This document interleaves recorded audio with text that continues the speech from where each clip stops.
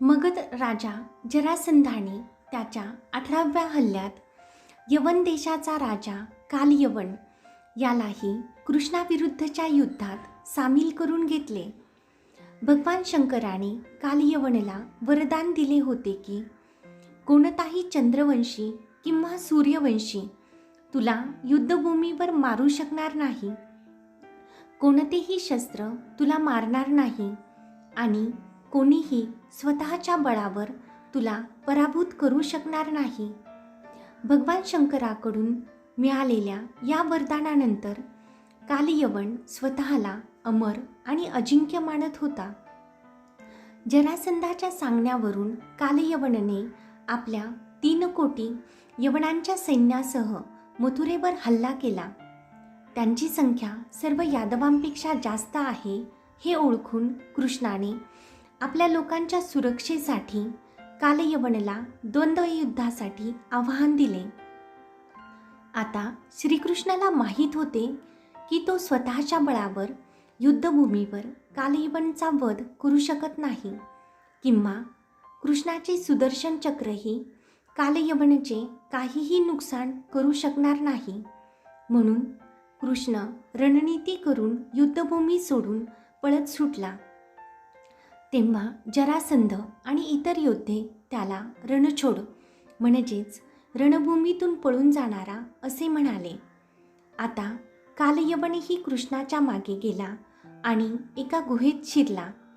कृष्ण ज्या गुहेत लपला होता त्या गुहेत त्रेतायुगापासून कोसल देशाचा राजा मुचकुंद आधीच गाढ झोपेत होता.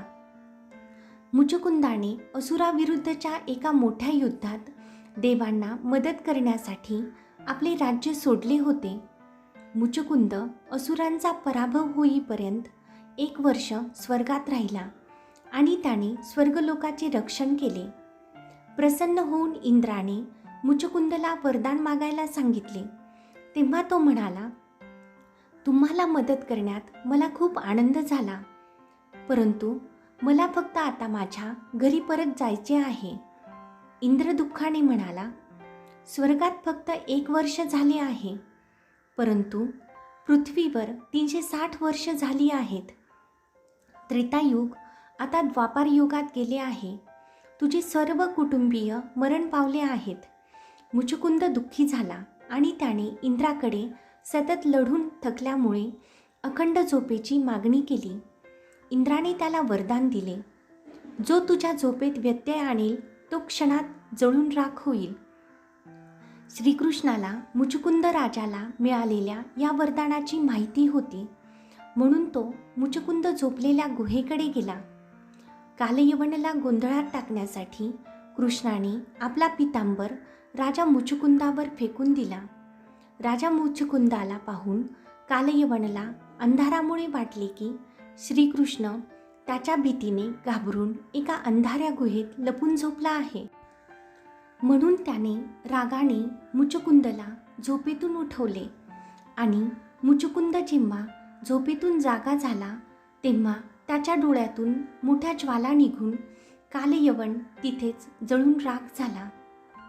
भगवद्गीतेत श्रीकृष्णाने म्हटलेच आहे, या विश्वात जे काही घडते ते माझ्या इच्छेनेच घडते. अर्थात कालयवनचा अंतही त्यांच्याच इच्छेमुळे झाला.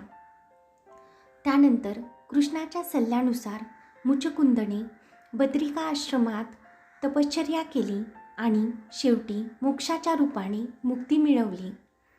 मथुरेतील लोकांच्या कल्याणासाठी आणि प्रेमासाठी माघार घेणारा, तसेच आपल्या नावाचा आणि कीर्तीचा आपल्यावर प्रेम करणाऱ्या व्यक्तींसाठी त्याग करणारा श्रीकृष्ण रणछोड कसा असू शकतो?